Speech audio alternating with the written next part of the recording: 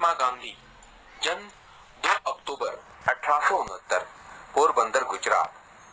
मृत्यु 30 जनवरी। परिचय: आप राष्ट्रपिता की उपाधि से जाने जाते हैं। प्रस्तुत पात्र में यह बताया गया है कि खुली हवा में नियमित रूप से व्यायाम तथा समय पर किया गया संतुलित भोजन ही स्वस्थ जीवन की पूंजी है। यरोड़ा मंदिर, 1932।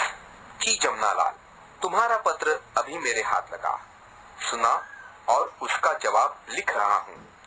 तुम चाहते हो वे सब आशीर्वाद टोकरियों में भर तुम्हारे जन्मदिन पर तुम्हें मिले।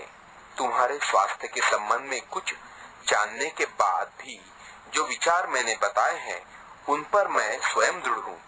तुमको अपने घर से भोजन प्राप्त करने की छुट्टी मिल सके तो उसे प्राप्त करने में कोई दोष नहीं समझता।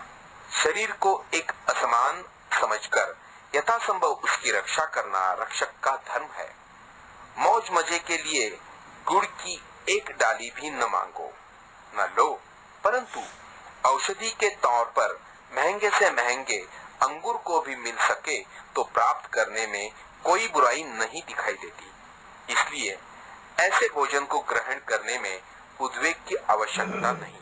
ऐसी ही स्थिति में दूसरों को भी ऐसा खाना खिलाया जा सके तो खिलाना चाहिए।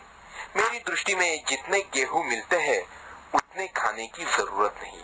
गुड़ को बिल्कुल छोड़ देना उचित मानता हूँ। तुम्हारे शरीर को गुड़ की जरा भी आवश्यकता नहीं। इसके बदले निर्दोष शुद्ध शहद लेना अधिक अच्छा है।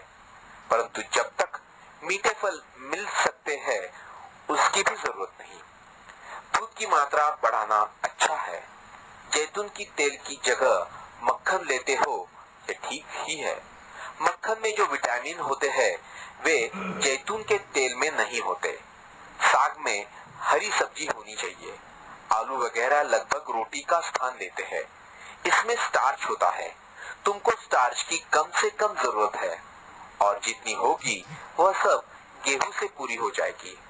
मक्खन दूध काफी है। इसमें घटाने बढ़ाने का आधार वजन के ऊपर है। वजन के स्थिर हो जाने तक और हजम होता रहे तब तक मक्खन की अथवा दूध की या दोनों की मात्रा बढ़ाते जाना चाहिए।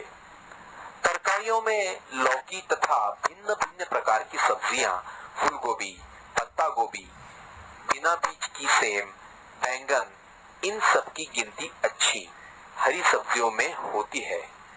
गेहूं का आटा चोकर मिला हुआ होना चाहिए।